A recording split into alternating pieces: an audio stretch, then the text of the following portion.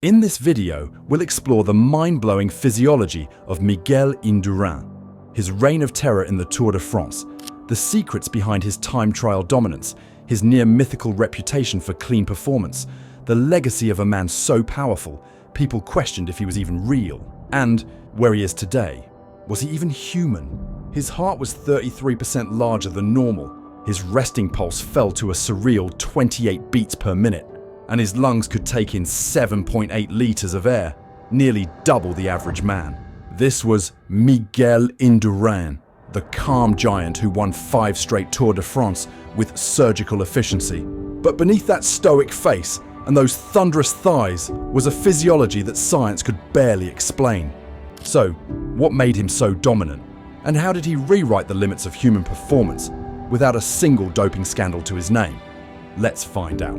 Born on July 16, 1964, in the quiet town of Villava, nestled in the Spanish region of Navarra, Miguel Indurain was one of 5 children. As a kid, he wasn't chasing cycling fame. He helped on the family farm and enjoyed the outdoors. It was only when he got a second-hand bike from his father that things began to change. That bike was a portal, a symbol of freedom. Soon, local races became regional, then national. He turned pro in 1985 after clinching Spain's amateur championship. Already, his body was a marvel. At one point, 6 meters tall and 80 kilograms, he dwarfed most cyclists. He looked like a rower or a track sprinter. But when you saw him ride, smooth, fluid, unstoppable, you knew he was something else entirely. His VO2 max hovered around 88. Only a handful of athletes in history have reached those levels. By the end of the 1980s, Spain knew they had a phenom. Europe would soon learn the same. Fast forward to 1991, the Tour de France was wide open. Defending champion Greg LeMond was strong, but aging. Stage by stage, Indurain crept forward. Never flashy, never reckless, just ruthlessly efficient. Then came the mountains. On the brutal slopes of the Col du Tourmalet, Indurain dropped the hammer. He didn't explode off the front like Pantani. He simply increased his tempo, slowly peeling away his rivals. By the summit, he was alone. From that moment on, the Tour was his. He took yellow and didn't let it go for the next 4 years. From 1991 to 1995, Miguel Indurain was untouchable, not because he attacked more, but because no one could match his tempo once he decided to go. He was less a cyclist and more a metronome with legs. If climbing was where he controlled the race, time trials were where he dismantled it. Indurain redefined the discipline. He didn't just win time trials, he obliterated them. In the 1992 Luxembourg stage, he averaged over 52 kilometers per hour and won by more than 3 minutes. A margin like that, in a modern tour, unheard of.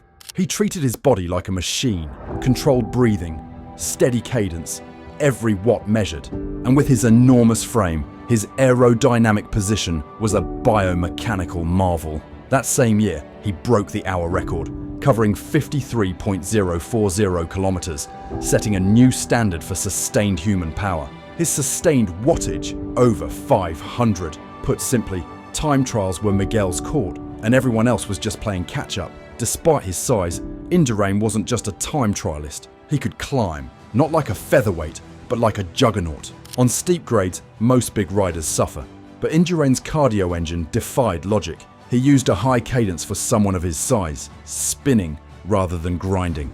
He could ride just below his red line for hours. Rivals would attack, falter, and fade.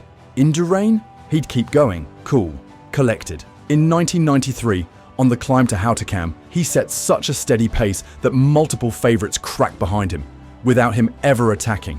His strength was psychological too. Riders knew that if they didn't drop him in the climbs, they'd get destroyed in the time trial. If you're enjoying this deep dive into one of cycling's greatest enigmas, please consider liking and subscribing.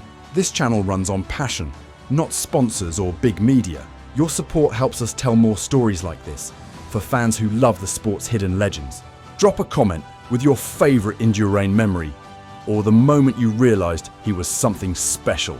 Let's break it down. VO2 max over 88, lung capacity 7.8 litres, resting heart rate 28 beats per minute, cardiac output unmatched, For comparison, elite athletes usually peak around 6.5 litres in lung volume. Indurain, nearly 8. He was able to process and distribute oxygen more efficiently than any of his peers. And he could recover faster, way faster. Post-stage tests showed his lactate levels dropped faster than anyone in the peloton. That means less burn, more power. It also explains how he could put out repeated surges, especially in the final week of a Grand Tour. His weight-to-power ratio was optimized not through leanness, but through output. He wasn't sculpted like a Greek statue. He was more like a Roman fortress, built to last, built to win. We have to talk about it. The 1990s were, in hindsight, a minefield of doping scandals. Many riders who once stood on podiums have since been discredited. But Indurain, his name has remained remarkably clean. He never tested positive. He never appeared in the Operación Puerto files. He passed every test, and he took more than most as the reigning champion. His performances, while dominant, never showed the sudden jumps seen in riders later revealed to be doping. In fact, his decline was gradual, human. If he was doping, he hid it better than anyone in history. But many believe he simply didn't need to. When your baseline physiology is off the charts, enhancements may not add much. That perhaps is the most extraordinary part of his story. By 1996, the cracks were beginning to show. Younger riders like Bjarne Riis and Jan Ullrich were emerging. The peloton was shifting. The science of performance was becoming more artificial. Indurain finished 11th in 1996, respectable, but not the champion we knew. He never raced another tour. No farewell tour, no autobiography hype, no finger pointing, just a press conference, a soft thank you, and a departure as quiet as his reign was dominant. But fans never forgot. To this day, Spaniards refer to him simply as Miguel, no last name needed. How do you describe Miguel Indurain? He wasn't the flashiest. He didn't inspire fear through words. He didn't attack relentlessly like Contador. He didn't dance up climbs like Pantani. And he never celebrated flamboyantly. But his presence was undeniable. When he rode, the peloton adjusted. When he moved, the race shifted. He never needed to shout.